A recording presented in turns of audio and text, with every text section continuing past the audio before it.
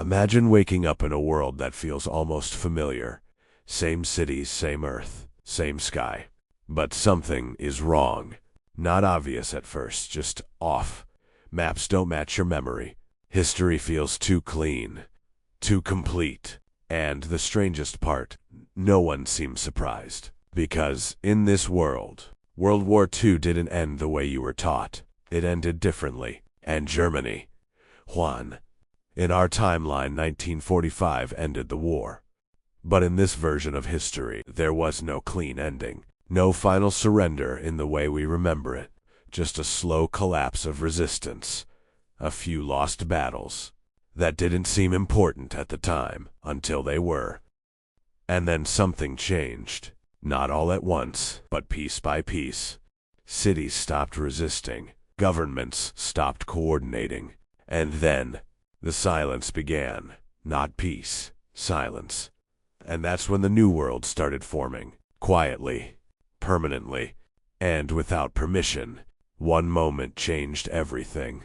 Not a nuclear blast, not a final war, but a decision, a delay, a miscalculation, and after that, the Allied momentum never recovered. Major cities fell into long-term control. Borders were not erased. They were rewritten. And the world didn't notice it happening in real time, because history rarely changes loudly. It changes slowly enough that people adjust to it.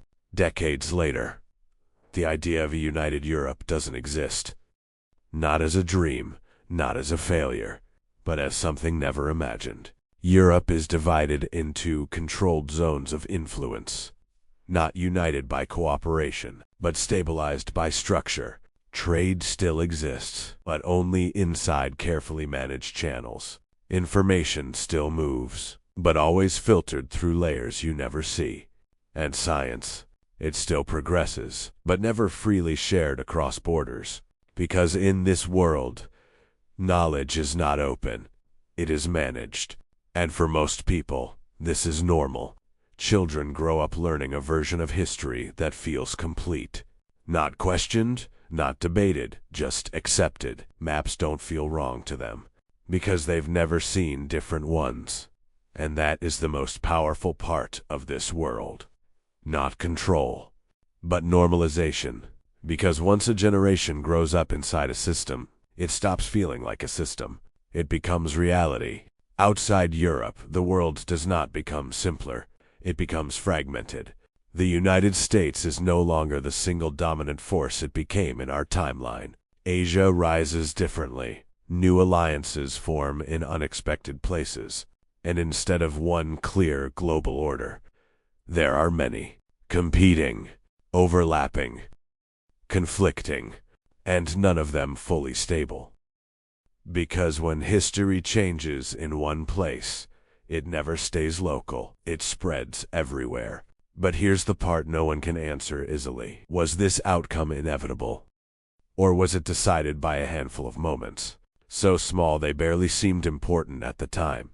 A delay, a mistake, a decision made under pressure, because history is not shaped by decades.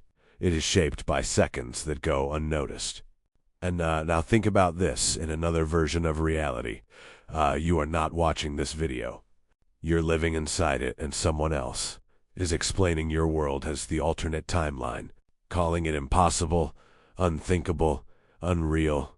But to them, it feels just as real as this one does to you. Because history is not just what happened.